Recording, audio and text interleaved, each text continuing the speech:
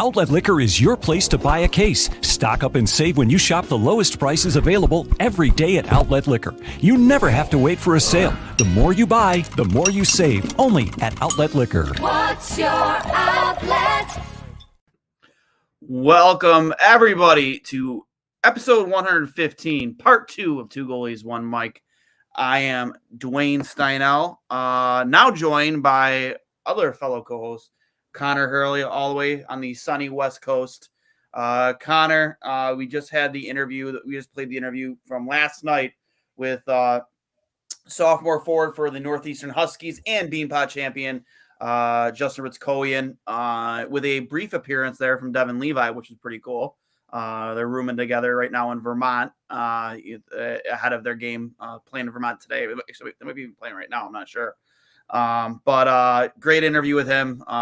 Very, very, humble, smart kid. And I know he's going to, jump onto an NHL club this offseason, if not this offseason, the following, as an undrafted, free agent. 100%. The kid has what it takes, upstairs most of all, to be in the NHL. So great interview with him. Had a lot of fun. And of course, always good to see Devin in good spirits. Yeah, it was, first of all, that is not how I would pronounce his name. If you look at the way Justin's last name is spelled, did you say Fitzcoian? Ritzkoian. Ritzkoian. Yeah, they call him Ritzy. I was trying to look it up earlier, and that is not how I ever would have thought his name was pronounced that way. Yeah, it's Ritzkoian. Yeah, the second thing I thought, he sounds exactly like Jack Eichel, and it kind of threw me off for a second. I was listening to the podcast, and I thought you were talking to Jack Eichel, and I was just like, "What's going on here?" Yeah, what's going on here? What are we doing? But thankfully it wasn't, and thankfully, yeah, we got a Beanpot champion on the show, which is always really, really cool. It's one of the best college hockey tournament. Well, it is the best college hockey tournament in the country, and yeah, hopefully he's a future Sabre one day to go along with hopefully our future star goaltender. Yep, you want to know what? When it comes to Justin, I remember when I was messaging him. I mentioned it on the episode part 1. I mentioned we were texting each other earlier this week, and we were talking about how the jump he made from freshman year to sophomore year and how much his game has come along. And he said, I was willing to take on the added responsibility that was asked of me. And that's the signs of a very selfless player, a guy who's not a me guy. He's willing to do what's asked of him from the team in order for the betterment of the team. And, and you just look at his game and like how it's evolved this season, near a 60% face-off percentage, which is for best in the country. He's evolved a lot, and I'm excited to see the rest of this season brings. And as they chase a national championship. Yeah, we could use a guy that's 60% on face-offs. Yeah. That's for damn sure. Yeah. I don't think we've had a guy like that since O'Reilly. And if we want to jump right into that, we can. Late last night, it's the third biggest trade in the past 2 weeks. It's really up to you. We can talk about it later if you want, but no, we can talk about it now. I mean, listen, it's for me the Ryan O'Reilly trade. We'll touch on it more, but I thought it was an overpayment. I don't know much about what they gave up, so you might have to. He gave up 4 draft picks. Had a little insight into the actual players. Yeah, they get 4 draft picks, pretty much a first, second, third, and fourth. Yeah. I believe the third, or either the second or the third, actually belongs to Ottawa. And they gave up an unproven prospect and Adam Gaudette. So that's kind of like a throw-in depth piece. Yeah. They got a defenseman out of it too, I think. No one really cares about. For sure. That's what I was wondering in terms of the players they actually gave up. When I look at it from a Leafs perspective, I think I mentioned last week after the Flames game, the Sabres potentially turning into the Leafs in terms of being all skill, no grit. Yeah. If you bring in Ryan O'Reilly and Noel Acciari, you're saying to the rest of your team, this is what we were missing.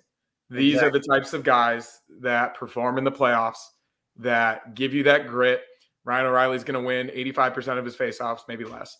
But Noel Acciari's a very good bottom 6 forward. These are the types of guys the Leafs have been missing in the playoffs recently. They're the types of guys that they haven't had that have allowed them to lose in the first round every single year for as long as we can remember. The only thing that still concerns me from their perspective, doesn't concern me from my perspective because I hope they lose again, is the defense and the goaltending. Yep. They still do not have the depth on defense that they'll need, or at least that other NHL playoff teams have. And you still do not know who's going to be their starter in the playoffs. No. From a goaltending perspective. I mean, Samsonov's been fine for the most part. I would say in a limited role, he's been okay. And then you never know what you're going to get from Matt Murray on a nightly basis. Yeah, he won 2 cups in Pittsburgh, but that was a relatively long time ago, and he also had a much better defensive team in front of him. And the teams in Pittsburgh too, I mean, they were all in their prime, like at the very top of the game. That entire team between Crosby, Malkin, Letang, like the whole everything, they were hitting their stride at the right time. Getting hot at the right time, and it also helps when you have for Matt Murray at least. I've always said competition breeds success, and when you have a guy like Marc-Andre Fleury sitting there idly waiting, and that one cup, Fleury played half of that playoff run, and then they turned the reins over to Murray. So I think he was really buoyed by a fantastic Pittsburgh team. For sure. Lines 1 through 4, very well built, very well, everything about that team. And I look at that deal when they brought in Matt Murray. It's like, that's just a Band-Aid to me. He was just a Band-Aid. Absolutely. You're hoping, like, there's a lot of hope there. For sure. And same thing with Samsonov. Like, they have 2 guys that you're not going to know on a nightly basis who you're going to put in the net. Yeah.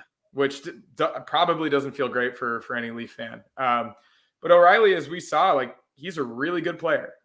Defensively, offensively, wins faceoffs, gives you grit, really good on the forecheck, sets guys up. I think his offense is a little bit down this year, but I think that's on a sort of a down St. Louis team in general. Yeah. But this is a home run swing from Kyle Dubas. He is saying to not only his team, but to the entire Leafs nation that we're going for it. And we only know that we have like this window in the next 2 to 3 years. This is him. I mean, he sacrificed, like you said, kind of the future with what he gave up. So yeah, it's a massive deal. And as we've seen with the Isles and even the Rangers, the entire East is loading up. I think we have a general idea of who's going to come out of the West. But this Eastern Conference playoffs is going to be unbelievable in terms of the amount of talent, the amount of grit, the amount of size and skill. I can only imagine what it would be like if the Sabres actually made it. Yeah, and I do truly believe that we have the talent to get to the playoffs. It's just I don't think you have a playoff team. No. The difference of what I'm saying there is you can get yourself to the playoffs, you can squeak in, and that's all we want. Yeah, I mean, win a couple playoff games would be great. But if you want to win in the playoffs, this team isn't built to win in the playoffs. They're not. Absolutely. You're not, people hate the buzzwords, gritty, sandpaper, but it's true. You need those types of players, guys like your Keegan Colasars, your Nick Delorier's. There's another guy too that I had just a tip of my tongue. I'm trying to remember his name. Boone Jenner. Those types of players. I mean, even Matthew Tkachuk is players he is. Yeah. He's willing to play with an edge. You don't want those guys playing with an edge, but he's willing to play with an edge. He's built for the playoffs. And like obviously the Panthers have had a pretty down first half of the year. They're going to make the playoffs. You absolutely. And you know what? They're just too good. They're too talented. They have too much talent, too much skill at every single position. They have 2 starting goalies. You never know what you're going to get from Bobrovsky, but I trust Spencer Knight for the most part. Yeah, you know what, Bob? I think Bob proved a lot of doubters wrong last season in the playoffs as well. He had a good run. So, and again, it's all about when a team gets hot, their goalie when their goalie gets hot, and you make a run at it. And Buffalo has an opportunity tonight, like for instance, to take 4 out of 6 points on this West Coast trip. And the really positive thing, at least today specifically, so the Panthers are losing 7-3 to the Predators right now with 5 minutes left in the game. So they're going to lose. Ottawa lost last night. Ottawa lost last night. The Islanders are about to play the Bruins on the road. The Bruins are 22-2-3 at home. So we have to at least assume it's a pretty good chance the Islanders are going to lose.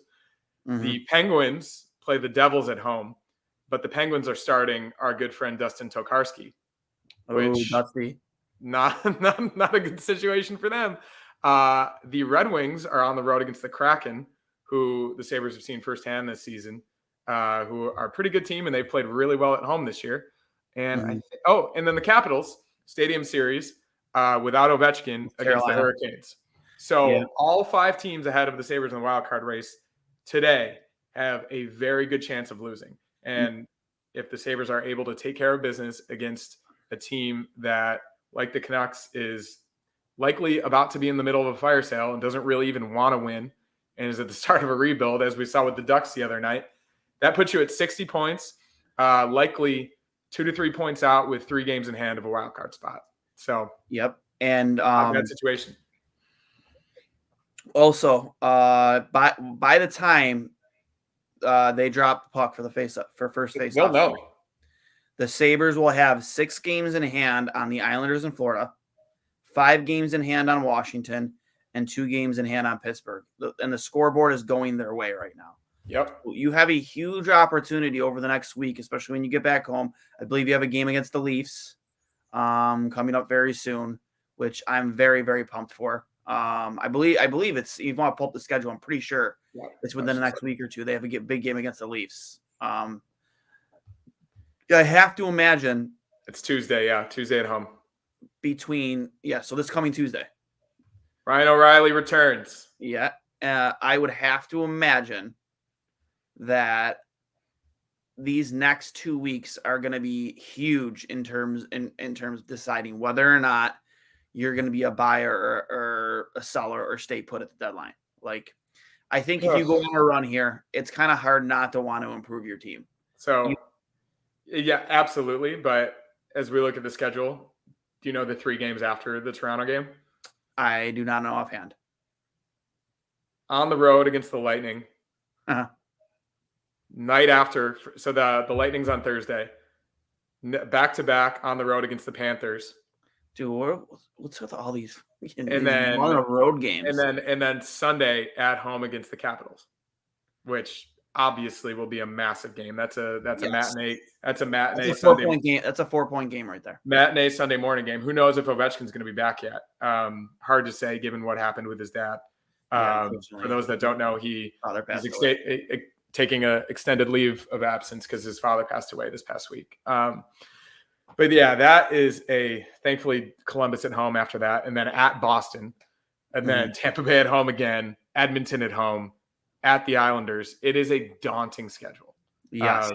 So with a lot of hungry teams. With a lot of hungry teams in the exact same position who have made moves even prior to the deadline.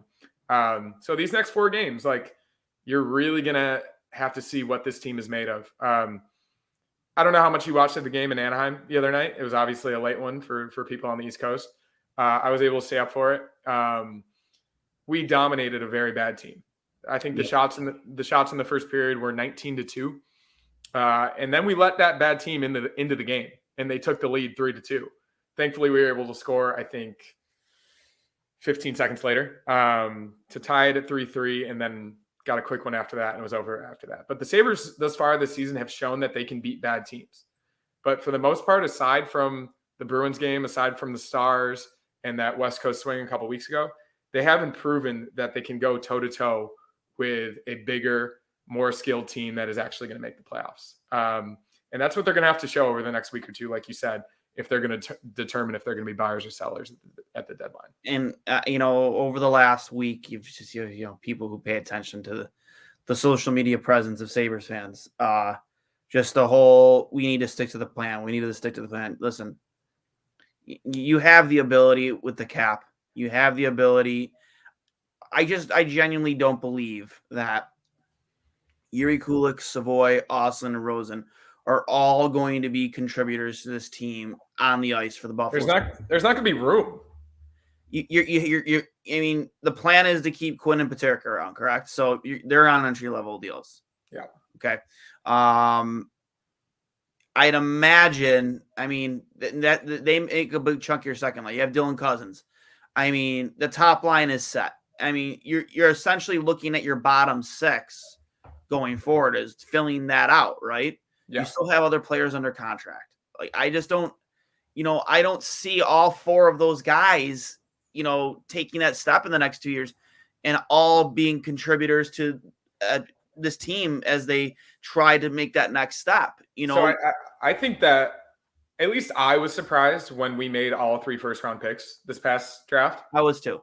So I think a lot of people were. And the notion there is that you would have traded one of them to either move up or for another player or for anything. You know what I mean? Yeah. So the fact that we do have all 3 of those players now, and they're all pretty good prospects that have shown well since the draft, you have that luxury of using them in a package for something else. Not often. I think the Bruins did it in 2015. They had 3 first-round picks in a row. I think it was like 13, 14, 15 or something.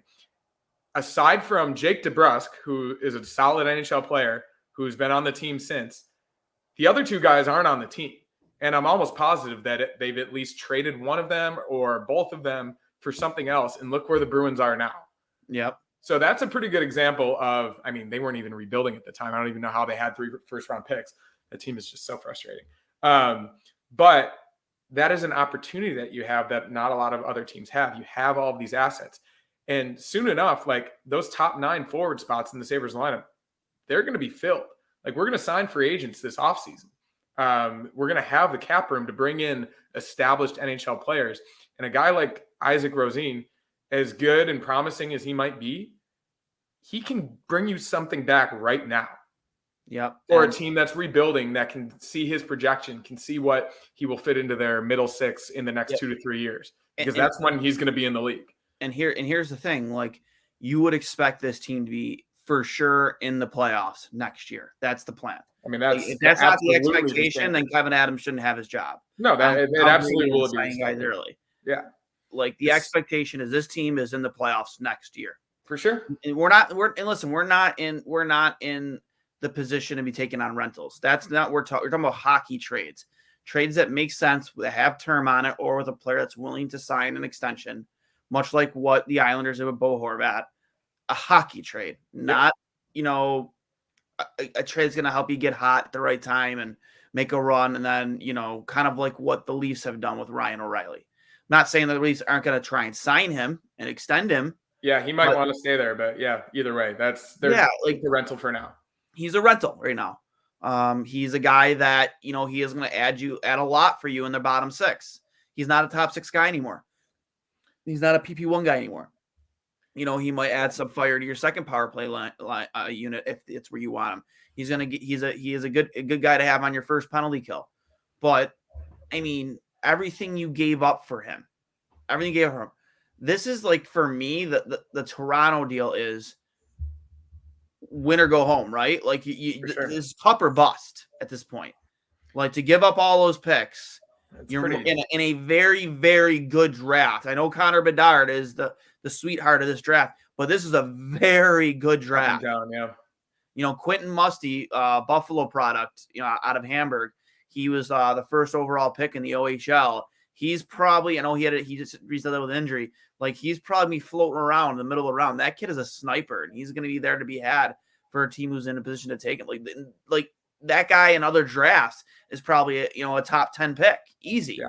He'll probably go in the late 20s.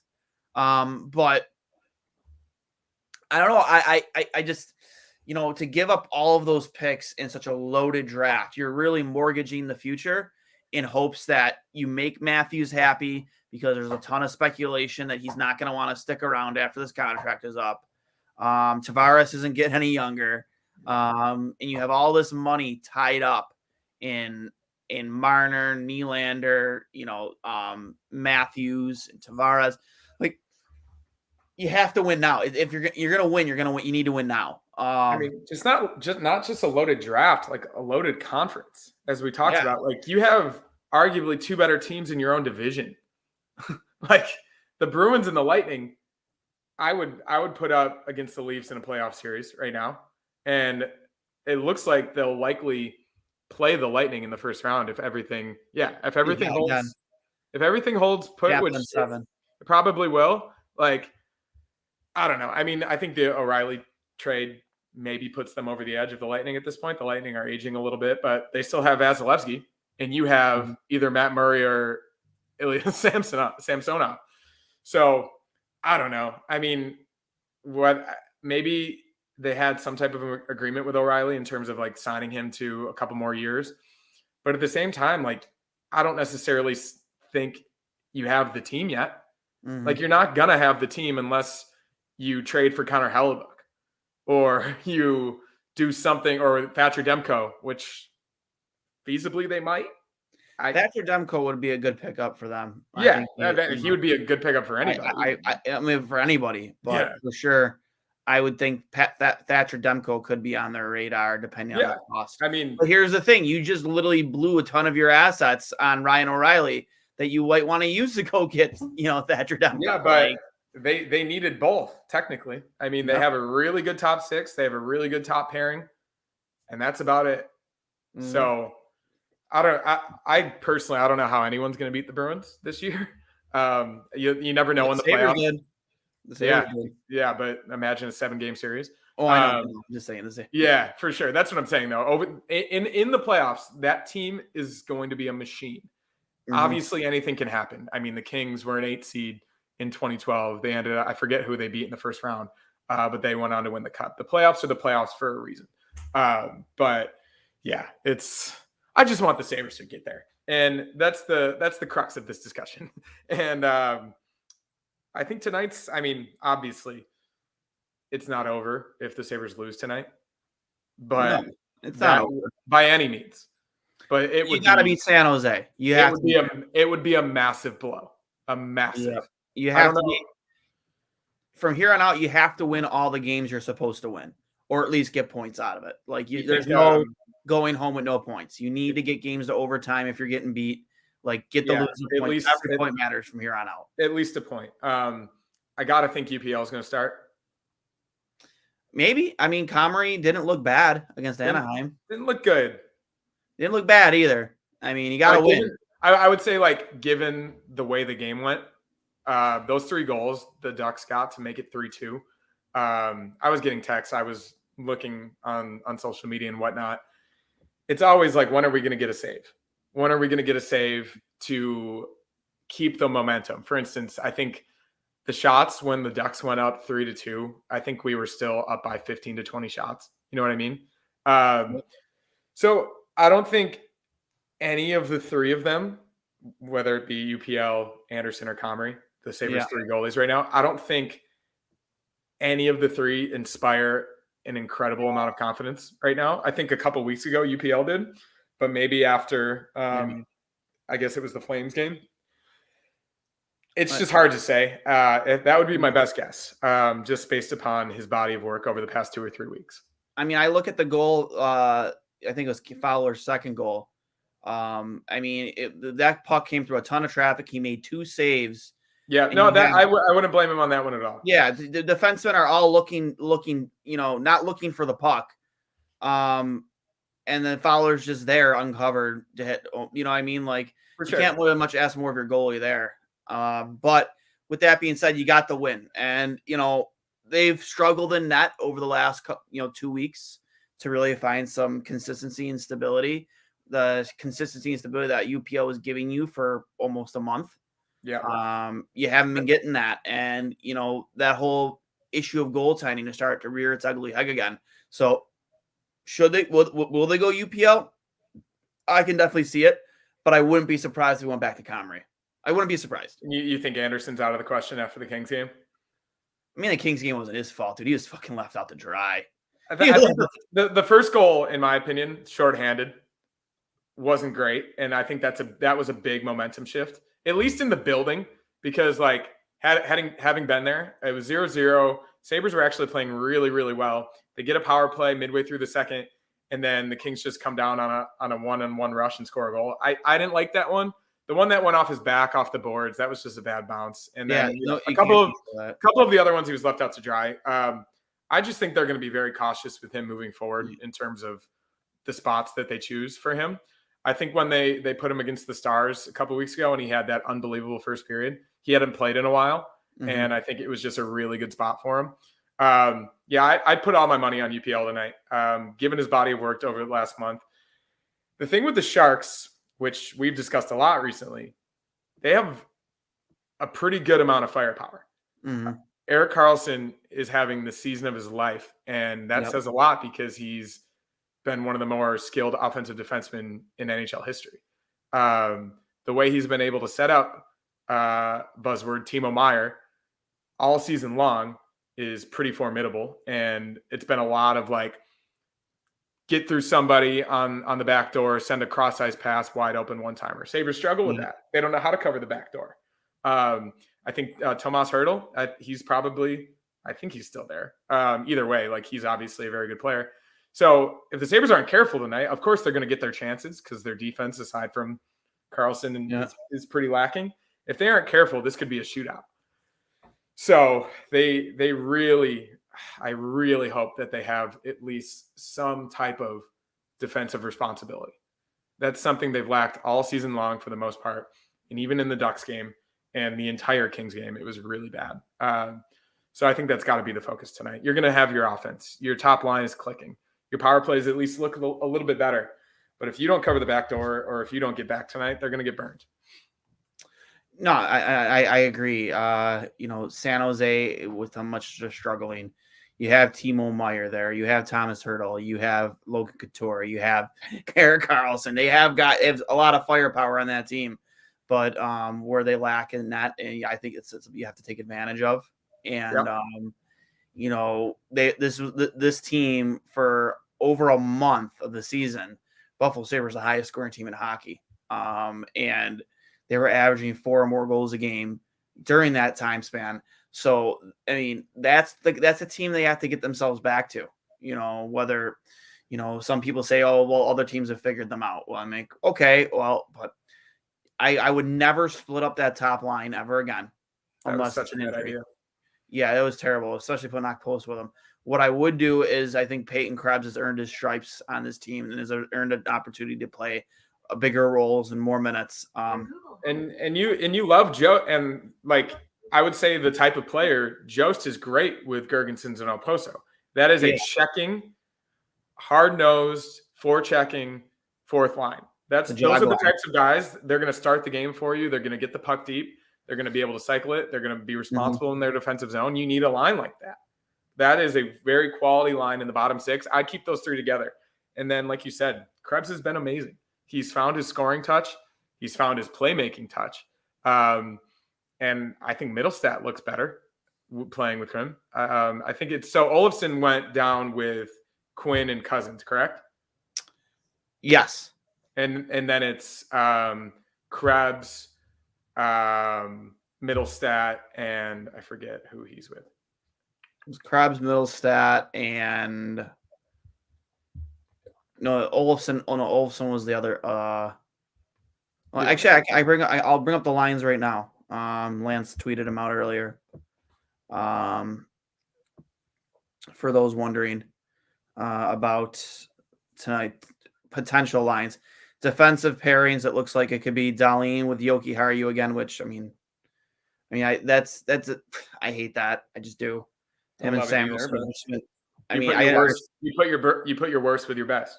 Yeah, Samuelson with power, and then Clegg with Lyubushkin, and then the lines at San Jose were Thompson with Skinner and Tuck. Paterka is with Cousins and Olofsson. I mean, Paterka makes his way back in the lineup. And then Middlestat with Krebs and Quinn, and then on the bottom line, Girgensons and Jost and Okposo. I'm excited to see more of Krebs with Quinn and Middlestat. I think Krebs took a lot from playing with Girgensons and Okposo. He plays a little more jam now. He works harder on the boards, and he does some things that maybe Casey Middlestat isn't very accustomed to doing, even though people, we consider and say that Casey, in terms of what we've seen from him in the past, he's having a career year. Yes, he is, but he still hasn't really changed much in terms of the type of player he is. If he's in open ice, and he has space, like, yeah, he's a very, he's a very effective player. But the moment things get tough around the boards or in front of the net, like, Casey's not the type of guy you want on the ice. No. But Krebs, being that type of a player to start the season, playing with Gergens and Okposo, he gained a little bit of an edge to his game. He has 2 fights on the season. It's great. Like, not that you want that guy fighting. No. But, he found an edge, and, he found a role. And just like we spoke earlier about Ritskoyan, like, he's accepted that role, and he's doing whatever he can to help his team win. And I'm happy to see him get, move up in the lineup and play with some more talent. Yeah, I agree. And I think Granado mentioned it the other day. They want Middlestat to shoot more. They want those guys who seemingly have had talent all this time, but they haven't either had the space or the opportunity or the confidence to use it. You see Middlestat's goal the other night. That's exactly what we were all hoping for him as a prospect. Yeah. And that's in very small sample sizes we've seen from him. That's the type of player he is. He can give you that type of goal. He can pick a corner, place his shot, hit it, go bar down if he needs to. Like, he's had a lot of really good goals in his career, but he just needs to do it on a more consistent basis. And even with Quinn, he's the same type of player. He's not going to go down into the corners. He's not going to throw a big hit. But you saw his goal against the Wild, where he circled around the zone, made his own play for himself, got into the slot, and got a nice shot past Marc-Andre Fleury. So those two guys, if you give them the opportunities to get the pucks on net and to make opportunities for themselves, those are the types of players that you're going to need in your middle six and your bottom six. So yeah, I like the lineup. Like you said, that first line just has a very unique chemistry. Never break them up again. Tage looks like a different player when he's playing with Tuck. Same with Skinner. I think Cousins is going to play well with anybody. I think he's pretty much established himself as a very, very solid and capable second line center. And then the rest of the lineup, you just got to find some depth scoring somewhere, whether that be from Middlestat or Peterka or Quinn or Krebs or even Gergensons every now and then. He had a nice goal the other night. So yeah, I think these are the best lineup combinations we've had all season. And if they're able to provide some consistent scoring, aside from the top line, which you're going to get yours every now and then, I think it could be a good move. So hopefully it works out tonight. Did you see that the Senators retired Chris Neal's number last night? I didn't see that. Did they play a montage of him hitting Drury's head with his shoulder? Yeah. I hope, man, maybe. Who knows? Knowing that organization.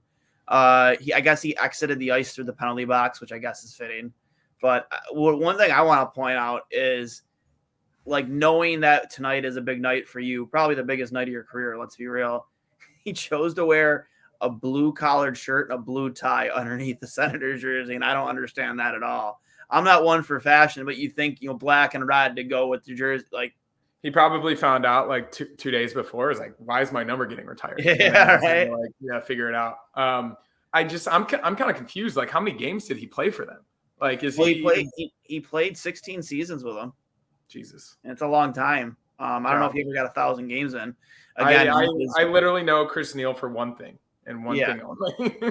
He was a dirty player. He threw cheap shots. I mean, yeah, maybe he had a couple of years, or maybe he scored a couple times, but I mean, he was no more of an effective player than what Rob Ray was for us. Yeah, I mean, he was their Rob Ray, and I don't think the Sabres would ever retire Rob Ray's number. No, I mean, I don't think so either, unless they did it as like an ambassador type thing. Yeah, I mean, what he did on the ice and what he's done away from the ice for the community. For sure, like that. Arguably he's done as much for the organization since he was retired as he did on the ice. So that is interesting, though. I can't believe they would do that, but whatever. Good for him. No. But stepping away from that, going back to obviously some of the deals that have been made. Ryan O'Reilly, Tarasenko, obviously the St. Louis Blues are stripping it down to the studs. Two of their big role players, two of the maybe the remaining players from their roster that were there when they won the cup. I think Tarasenko was part of that team. I'm pretty sure he was. He was. Yeah. And then Patrick Kane kind of being confused about why, I would have loved to have gone to the Rangers, but even though he didn't really make it publicly known, everyone thought he actually wanted to re-sign with Chicago. He wanted to stay.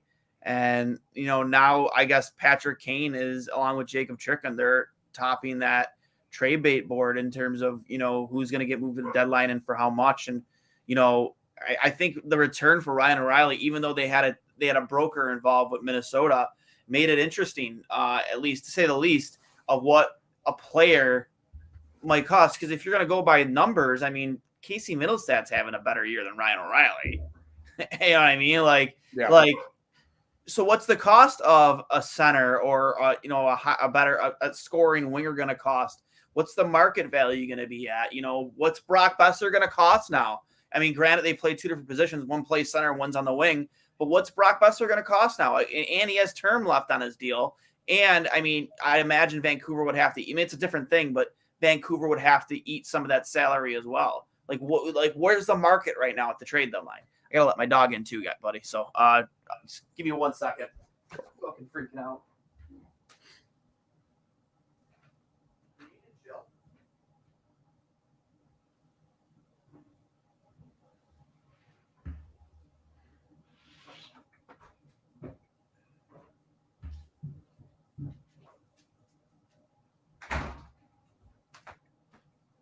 Sorry about that, folks. But yeah, where's the trade market at right now for a Brock Besser type player? I mean, I thought that Vancouver didn't get enough for Bo Horvat when they made that trade. Now I look at the St. Louis deal with for another center, a much lesser center. I don't care what the analytics say. He's way past his prime, and I'm sorry for any team that's in the playoffs or looking to make the playoffs. You're taking Bo Horvat over Ryan O'Reilly 10 times out of 10. I felt that Vancouver got less of a return for Horvat than what St. Louis got for O'Reilly. Yeah, I'd say so. Maybe it's because they know that they're going to make a lot more deals. Maybe they're not in as good of a financial position. I mean, I think the market right now is likely going to be set by Timo Meier. He's the prize, and he's the definitely most offensively skilled player out there that's going to help a playoff team in their current position. But he's probably also going to require the biggest contract coming out of it. And I guess the same goes for Erik Karlsson if they're willing to get rid of him. And I think that they've said for Timo Meier that it's going to be 2 very high prospects and at least a couple of picks. If you're willing to give that for a guy who is a 3-time 30-goal scorer, a guy who you can slot into any single spot in your top 6, I think a lot of teams are going to be willing to do that. I know Toronto was at least rumored for Timo Meier for a while. They can't be now because they don't have the assets to acquire. They don't have them. Obviously, the Devils are still in it, and God, I'd hope the Sabres still are, because I do believe, like everyone says, like stick to the plan. I think the Sabres have the assets to still stick to the plan while also bringing in a guy that can help you make the playoffs and also be on the team for the next 8 years. Yep. Slot in with Dylan Cousins and forget about it. What would you? What I know it's qualifying offers like either like $9.5 or $10 million. Yeah. But what does a long-term deal look like for Timo Meier? Because I don't think you can justify paying him more than Tage Thompson. That's the thing. Do you think? I wonder if he would be fine with the exact same deal that Cousins and Thompson got, because at least his agent wouldn't be. Yeah, like level of production, he's right there with both of them. He's done it more consistently over and more frequently over the course of his career. And as he's shown this season, when you put him with a guy of Erik Karlsson's talent, which I think anybody could see Dahlin is basically the same player. You also put him with better line mates, put him on power play 1. He's going to give you 75 to 95 points a year. Yeah. So it's hard to say. I mean, I don't know how that would look, bringing a guy in, trading high prospects, first-round draft picks, and then paying him more than everybody but Jeff Skinner on your team. I'm not sure how that would look, but at the same time, it seems as though this team is selfless enough that, $1 to $2 million wouldn't be that big of a deal. Like, you can't imagine like Tage Thompson's and Dylan Cousins would walk into Kevin Adams' office and be like, I want 1 million or 2 million more a year because he's getting that now. Like, no, I think they haven't established themselves in the league enough to do that. Well, that I think they've established, at least to the fans and to this organization, that maybe they're willing to take a little bit of a loss in order for the betterment of, building up their team. And I think they both are at least somewhat grateful that, at least in Dylan Cousins' case, like, he hasn't produced at an NHL All-Star level yet. Mm-hmm. His contract is a projection of where he will be, which everybody and their mother knows is going to be an NHL All-Star. So, and then you saw with what happened with Tage last year, they rewarded him for his breakout season. Other than that, like, he hadn't done anything in his entire career. So the two of them, like, yeah, I mean, you give Timo Meier, a guy who's been a 3-time 30-goal scorer, you give him 8.5, 9 a year, and then you forget about it.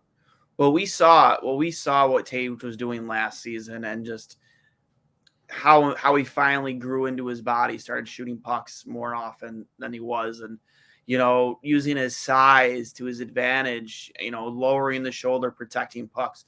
I mean, in my eyes, I remember when he signed that deal, people were freaking out after one season. Like, why are you guys losing it? Like, did you guys not watch the same players I did last year? It's not like he was lucking into goals. It's not like he was seeing and pucks were just finding his stick. Like, he was making plays himself happen. He was using his length and his size to make plays and to score. And his shot, I think it's more prevalent this year than it was last year. But 100%. Incredible. The incredible velocity from his shot, especially from that Ovechkin spot. I wasn't worried about it at all. If anything, I felt bad for the guy because I knew he was going to outperform that contract halfway through the season. And he probably hates his agent right now because we'd be talking about having to pay Dahlin and Tage Thompson around $10 million a year right now. Yeah. Whereas instead, we're just talking about Dahlin and talking about how Tage Thompson might be one of the most underpaid players in the National Hockey League. Yeah, and if like, let's say he continues this trajectory 2 years down the line, I think they might do him a solid and renegotiate, or at least do. Who knows? Like, I know players. Yeah, I know players don't often do that, but you got to think that if he continues on a 100-point pace like throughout his career, they're gonna figure something out, whether it's incentives or anything else. Something can be done, but yeah, Kevin Adams looks incredibly smart right now. I think Leafs fans specifically before this season, when the Sabres gave Samuelsson that contract, everyone was just like, who is Matthias Samuelsson? Like, why are the Sabres doing this? That looked around the league like, oh, same old Sabres, like, guy plays 20 games for you. He looks pretty good. Let's give him a 5-year, however many $1 million a year contract. Turned out he's a very solid defensive defenseman and a guy that's going to play on the team probably for the next 10 years in your top pairing. So yeah, it's a give and take. But when it comes down to the deadline and it comes down to the amount of cap space you have and the assets you have, if you can get a guy like Timo Meier on your team right now, sign him to a long-term deal, you forget about it for the next 7 to 10 years. So I at least hope I know that they've called and they're interested. I hope they continue to. I hope they do whatever they can to not let him get to the Devils, to not let him get to, I don't even know who else could get him right now. It honestly does feel like us and the Devils. So I really hope they do their due diligence. Yep. I agree. I got a feeling it's going to be the Devils though. I do too. Just because they at least feel like they're farther along than we are. Yeah, and the idea of him and Jack Hughes playing on a line together, how lethal that power play could end up being. That's like. I mean, but if I'm Timo Meier, I look at the projection of the Sabres compared to the Devils. I like our projection better than theirs. I don't know if they have as many long-term viable options as we do. I don't know. Even in net, like, theoretically, Devin Levi is going to be the Sabres starter in 2 years. Is Vitek Vanacek going to be the Devils goalie of the future? What happened to Mackenzie Blackwood? I don't know if they are as optimistic internally about their long-term plan as we are. Yeah, I think for me, I've always been, when it comes to goaltending, You need good goaltending to be successful in NHL, but you don't need elite goaltending. No. You need your goaltenders to get hot at the right time. I think Jonathan Quick, elite playoff goaltender, very good NHL goaltender. He picks it up a notch in the playoffs. But I mean, look at Chicago. Corey Crawford two cups. Antti Niemi had the other one. I mean, are they elite goaltenders? No, not at all. I mean, Braden Holtby, as good as he was for Washington some years, I wouldn't say he was elite. Absolutely. Pittsburgh, perfect example. Flower, fantastic goaltender, but Matt Murray has 2 cups, and Matt Murray's below average right now, in my opinion. You don't need elite goaltending to win Stanley Cups, and you definitely don't have to pay for elite goaltending to win a Stanley Cup. Ask how that's going with Bobrovsky. Paying for above average goaltending, but you're paying you're paying him the amount of money that Austin Matthews is getting right now. It's insane. I've always been on the side of never pay your goaltender more than 6.5 a year. I think that's a good number. 7, depending. I mean, if you're looking at me. But again, you also look at Tampa Bay, Vasilevsky, but it's a different market down there because players are willing to make less than their salary because they're not paying state tax. They're not getting boned with taxes like we do up here. So they're willing to take less than a contract because they know they're going to get all of it. Where so they can afford to have all of these guys signed $8-9 million deals. Because of that, they can afford to pay Vasilevsky $9 million a year because they have the right players in front of him. Whereas when Florida signed Bobrovsky to that deal, they weren't in the position that they are now, not even remotely close. Yeah. So again, I've always been on the side of get an above average goaltender and build in front of them, but don't ever pay a goalie like $10 million a year. I just don't.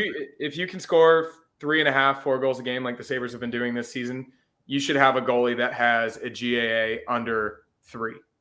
Great. Your starting goalie, or at least both goalies that have a GAA under 3 or 3.5.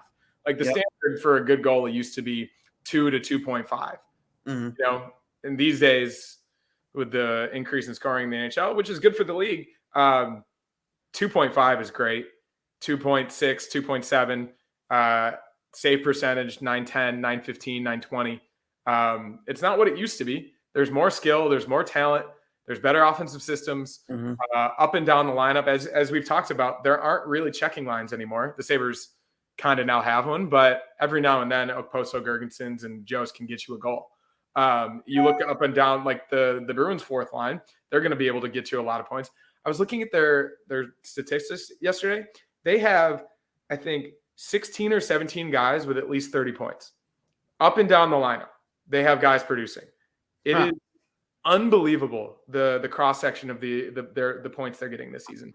And that just tells you everything you need to know about the amount of balance that they have on their team. I think Pasternak has 18 to 20 more points than Marchand, and then the rest of the lineup is just very consistent.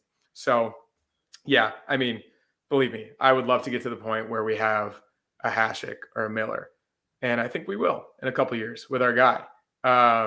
But that's down the line, and we have to stay above water until then. So, I agree. If you were to grade so far, grading the trades that have happened so far, the Bo Horvat deal, the Tarasenko deal, the O'Reilly deal, and there was one more, wasn't there? Those are the big 3. I feel like there was another one sprinkled in there. Not off the top of my head. I'm sure there was, but I can't think of it right now.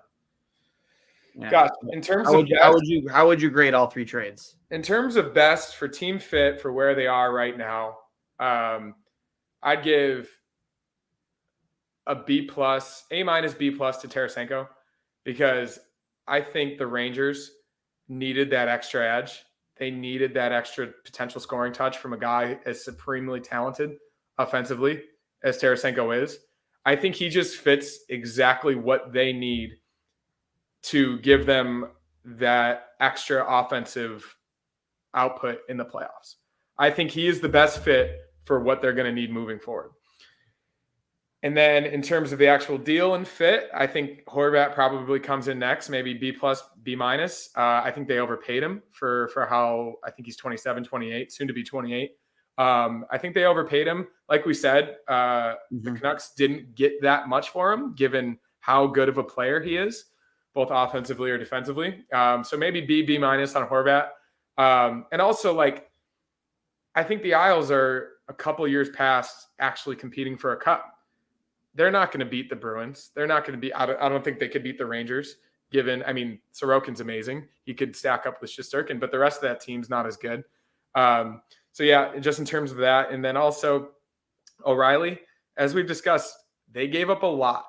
And while it helps with their bottom six, it helps with faceoffs, it helps with forechecking and toughness, which they haven't had. Their defense and goaltending still isn't there. So I'll go maybe C+ on that. Just because, like, I think that could help them win a playoff series, which I think their fans would be happy about. But is that going to help them beat the Bruins? Is that gonna help them get to the Eastern Conference Final? They maybe could beat the Lightning. I don't know if they beat the Hurricanes. I think the Hurricanes are still a better team, top to bottom. So yeah, just in terms of where those teams are right now and the types of players that they got and what they gave up, I would go Tarasenko the best, Horvat second, O'Reilly third.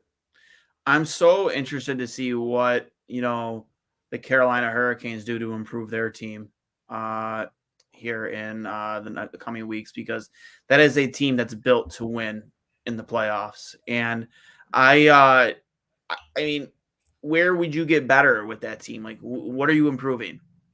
I mean, potentially, like, as with a lot of these teams, like, you can always improve your bottom six. You can always improve your defensive depth. I think they probably feel pretty good about the combination of Anderson and Ranta. But, like, I don't know. Like, would they want to get Demko? Would they want to improve in net just to, like, push them over the top a little bit more? I don't think that's out of the question. Obviously, you have a shutdown defenseman in Jacob Slavin. You have one of the best offensive defensemen in the league in Brett Burns. You have a lot of guys up and down the line. Turnaround season too. Yeah, and just playing with a really good team. You can see that. Up and down that lineup, they've got guys that are very, very good. Natchez has had an incredible year. You know what you're getting from Aho and Teravainen. There aren't many holes, and that team embodies their coach, as we've discussed. So they're going to be hard-nosed. They're going to – God, I would love to see a Hurricanes-Bruins Eastern Conference Final. And that's me saying this knowing that the Sabres won't be there. But in terms of what would be the most entertaining, the most skill, the most heavy hitting, toughness, those two teams going up against each other would just be insane. But yeah, I mean, could they afford Timo Meier? Like, is that out of the question? I don't know what type of room they have. Probably not much, if I had to guess, or even in terms of assets. But I think any team should at least look into it because he's a guy that can put you over the top. I agree. For me, the O'Reilly trade, I'll give it a B-. I hope it works out for him. I think he adds a lot to that bottom six that's desperately needed. Special teams is everything in the playoffs.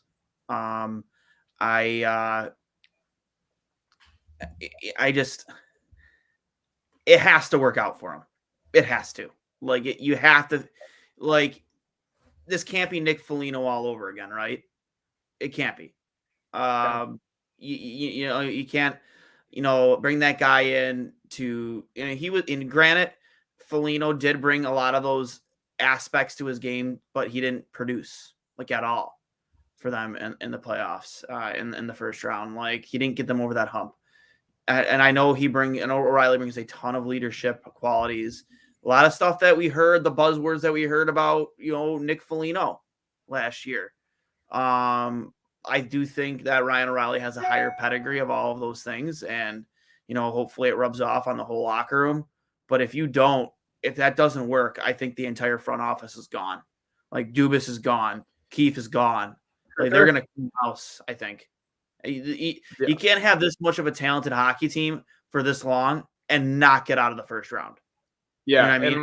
And Yeah, and that's what it felt like last night. It's a desperate move. It's bringing in a guy that has performed in the playoffs, who has a Conn Smythe, who did the same thing for a similarly built Blues team a few years ago, and they're taking a home run swing. And like you said, if it doesn't work, they're all gone. Yeah, Which is just like a very enticing and funny prospect to think about as a Sabres fan. Yeah, I know. I just, we're going to see Ryan O'Reilly. As bad as the Leafs have been over the past, as bad as the Sabres have been over the past 12 years, seeing the Leafs consistently fail and consistently spend the most money and not make it basically any farther than the Sabres have, it's been amazing. Here's the thing. I am all about watching them crash and burn. I love it. Who doesn't love it as a non-Toronto hockey fan? Here's the thing, though, with me is if they were to finally get over the hump and get out of the first round and even further than that, I'll be happy for them because that fan. I have some friends that are Leafs fans, and my mailman's a huge Leafs fan. We talk all the time. I hook. I've got cousins. I've got family. I personally just want to crash. I want them to crash and burn. And if they do win, I don't know how happy I'll be, to be honest. Yeah, but. That's just, I guess, just my experiences, like going to the Sabres Leafs games back in the day, them coming into our building, being obnoxious. That was the potty. Like, I know more hockey than you because I'm Canadian. Get out of here. No, you don't. Yeah, that was always one of the big reasons for me too, is that I couldn't stand it. It's just the constant that stupid fucking soccer song them and the Habs fans will sing when they come to Buffalo. Like, I can't stand any of it.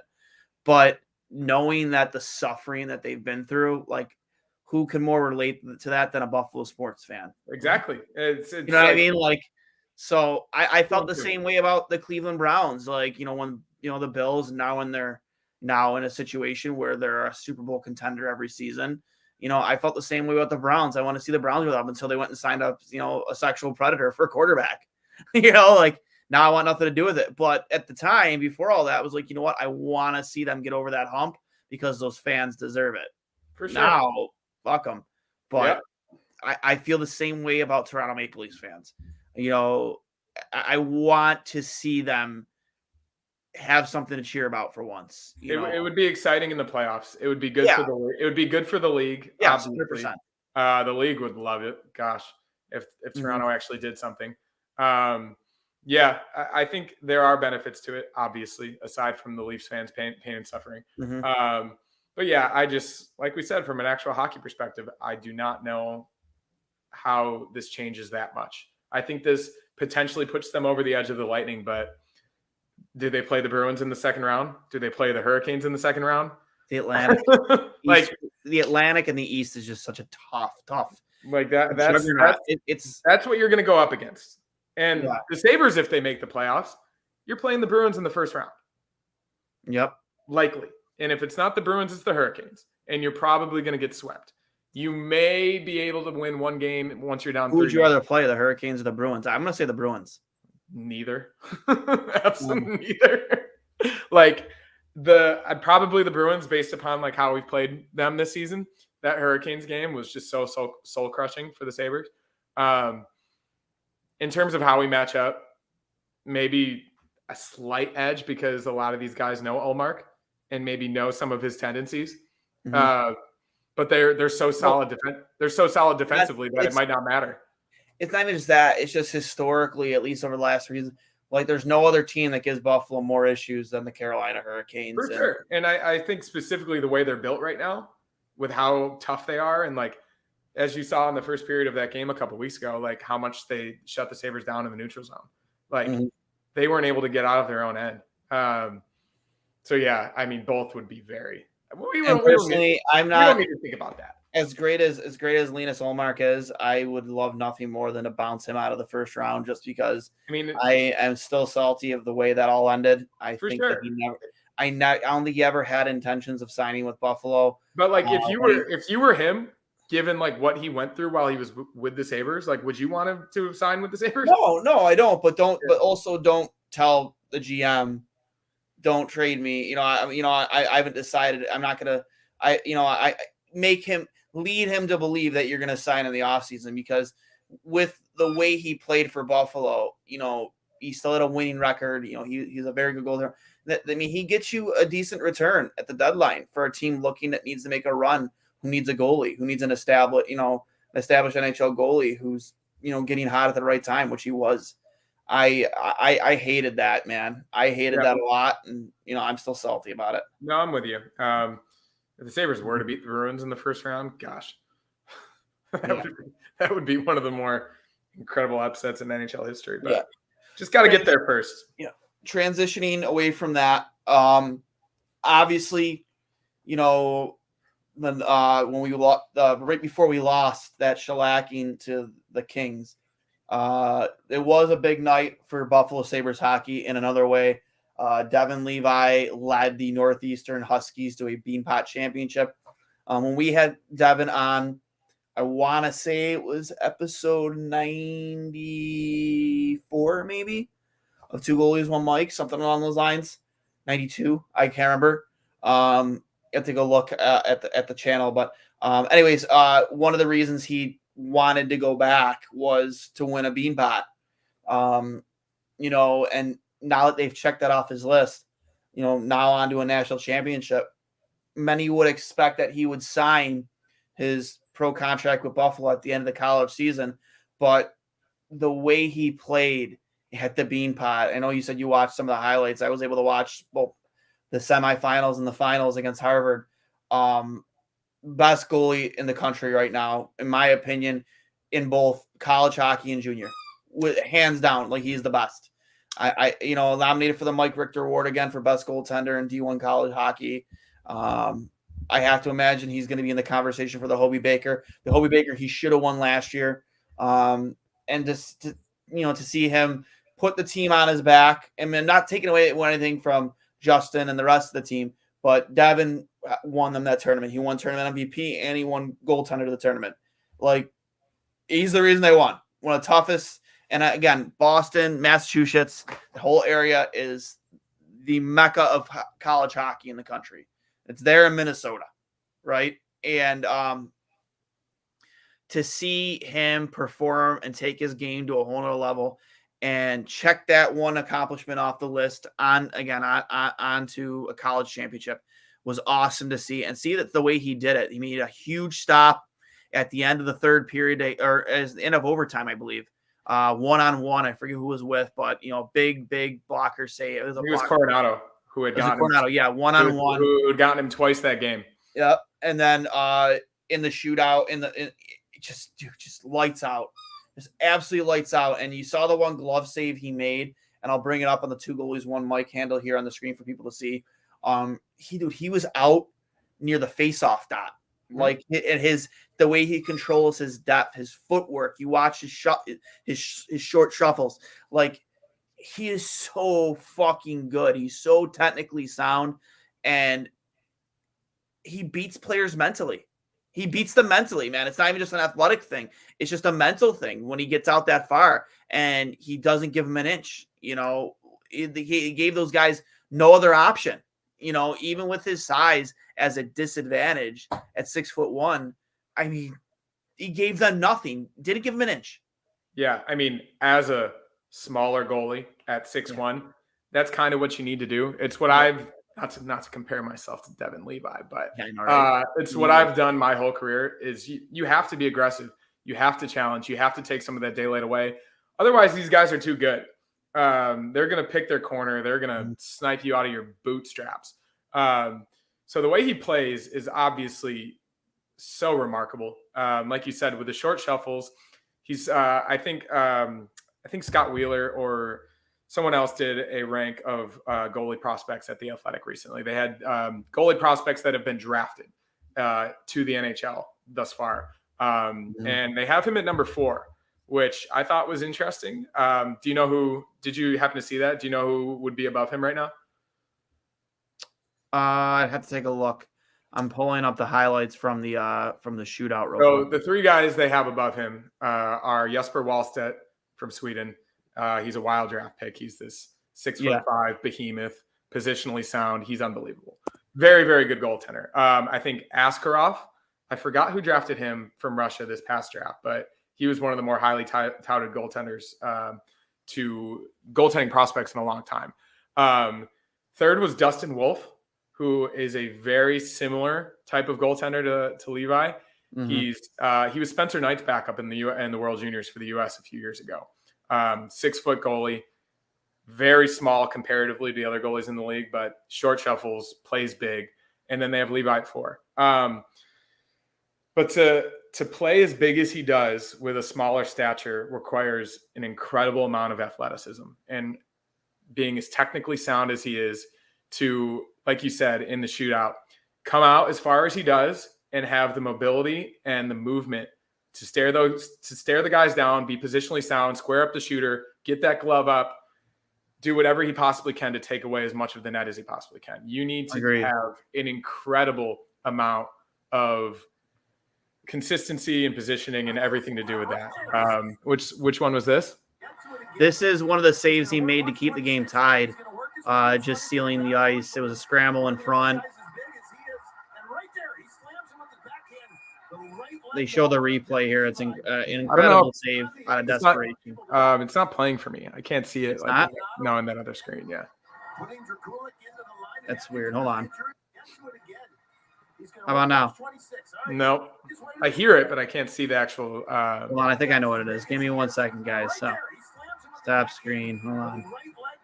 Present. Share screen. Here it is. Can you see it now? Yes. Yeah. So you see it right here. First shot comes in through a screen, makes a save, loose puck, can't find it. You know, sitting down on his butt. Right here's the better look at it. Big save there at the near the end of the third period to keep that game tied. Yeah, Also, just I'm gonna pull up a couple of saves here. There's the one again on Coronado at the end of overtime. Again, just a phenomenal save, getting out of his paint, reading the play one-on-one, not giving him an inch. Just, again, another phenomenal play by Levi here. Come on. Just blows you away, man. It really does. Absolutely blows you away here at the end of overtime with seconds remaining.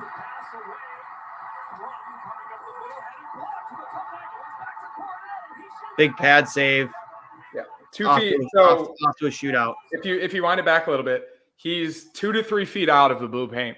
And for those that don't know that, as a goalie, that's your crease. That's where you're given the right to be without being touched.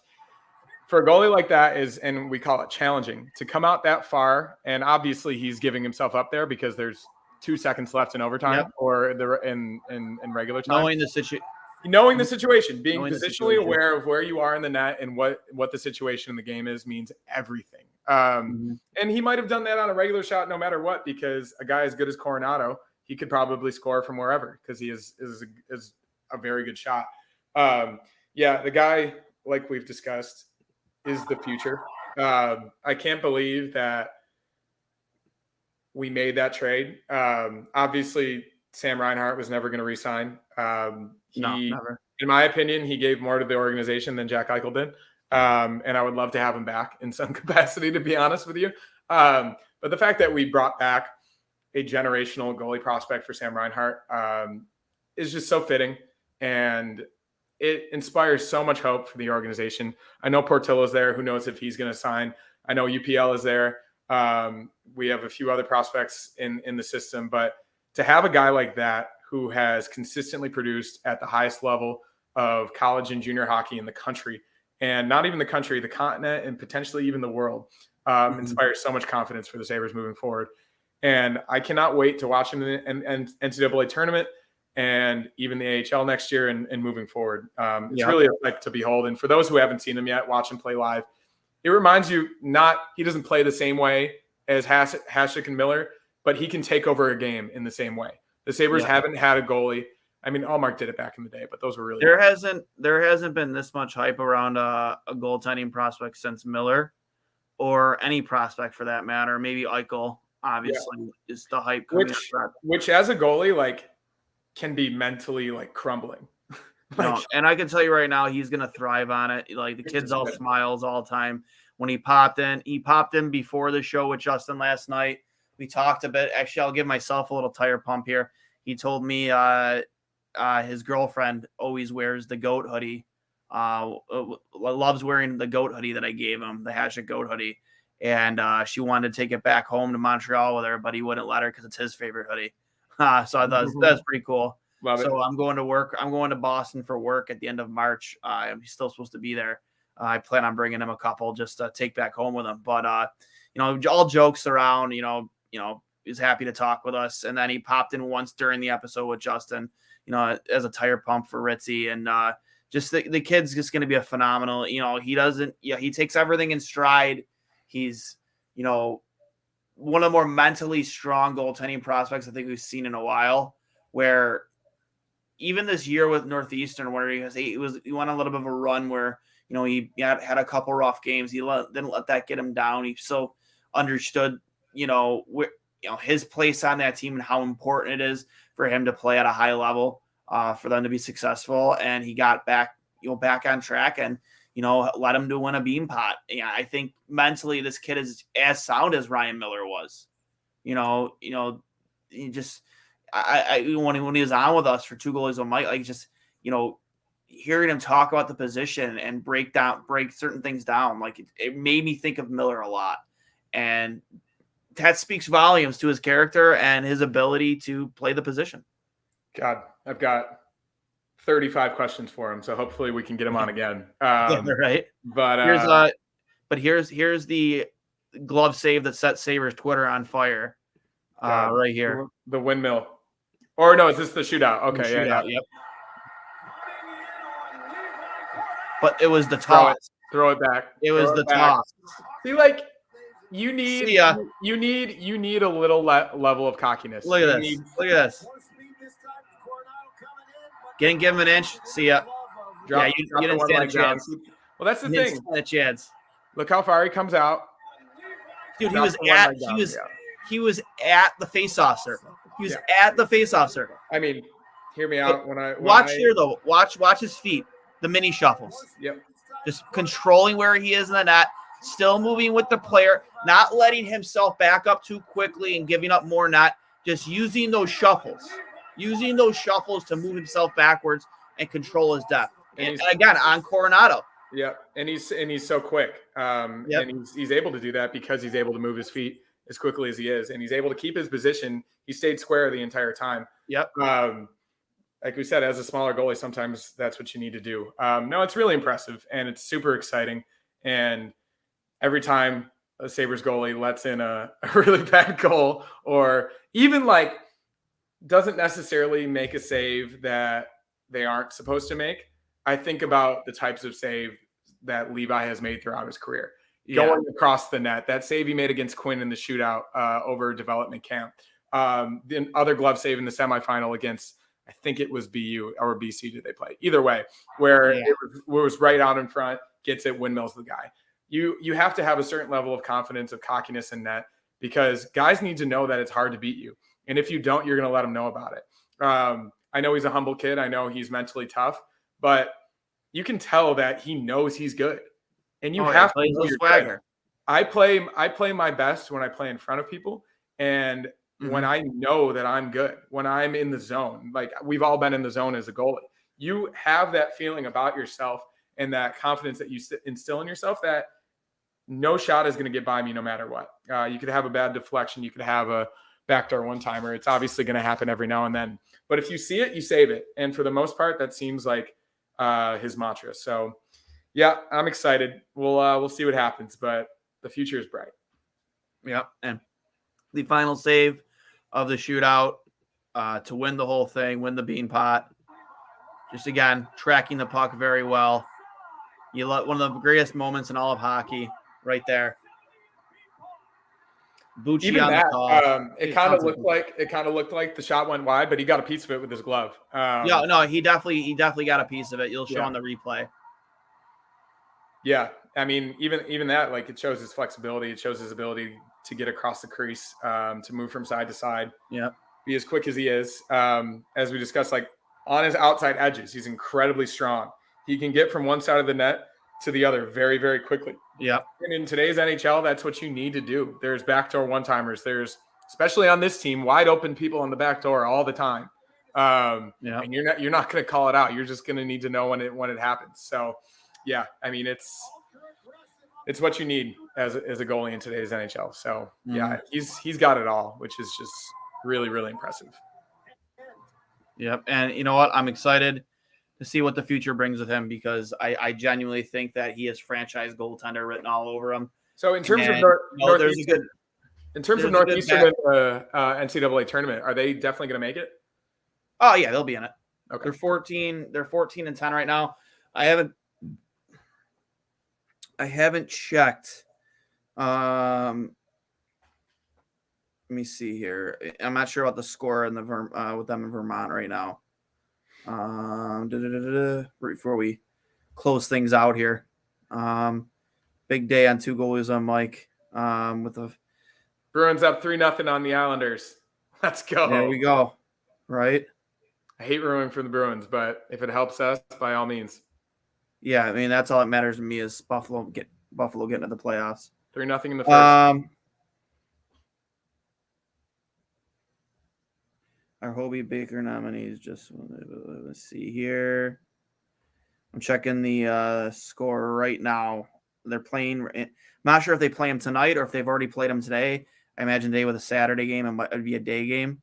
I'm just waiting for that to load up real quick. They have a Saturday, Sunday with Vermont. Yes, I believe so. 1 second here. They play Vermont. It's actually at 7:00. And then they go to UMass on the 24th. Then UMass again at home on the 25th, so back to back. And then March 3rd and 4th to end the season against UMass Lowell. All great hockey programs. It's a tough schedule ahead for them. But, I mean, you couldn't ask Levi and that team to get hotter at a better time than right now. Taking that momentum from the bean pot, go in there, beat Vermont. Just honestly a 5-0 sweep here to end the season to solidify yourself in the college championship playoffs. That would be nice. Yeah, I really hope we're able to watch him against the best teams in the country. Yeah, I agree. That would be that's a guy I think not just us as Sabres fans, but college hockey wants him in the playoffs. Absolutely. Too. Yeah, I mean he's one of the more recognizable names for sure. For sure.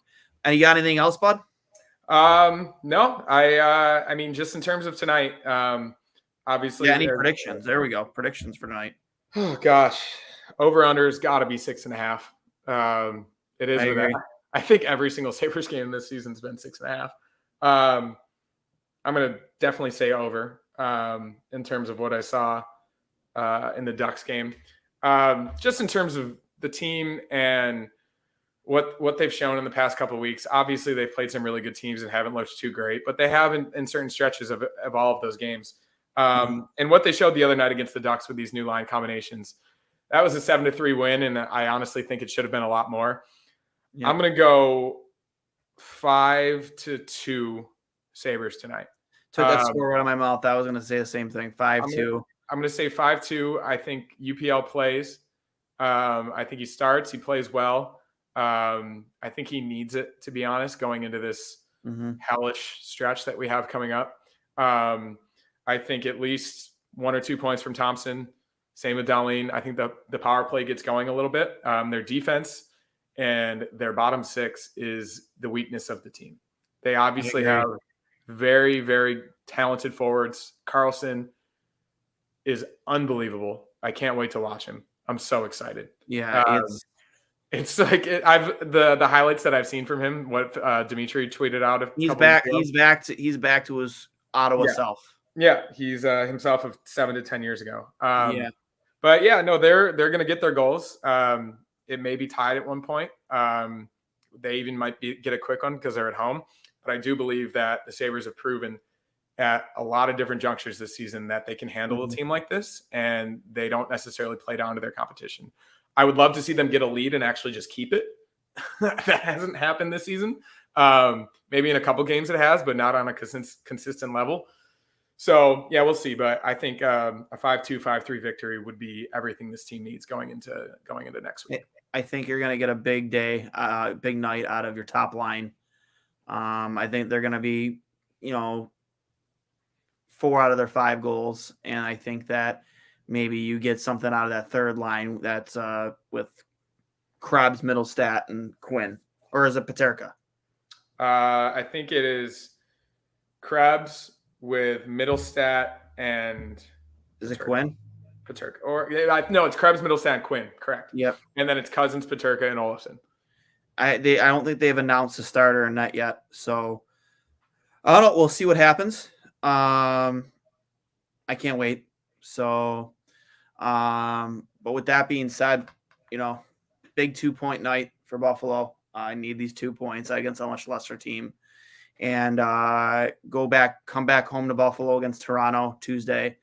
Come back healthy, and ready to play a big divisional game. So, this has been episode 115, part 2 of Two Goalies, One Mic.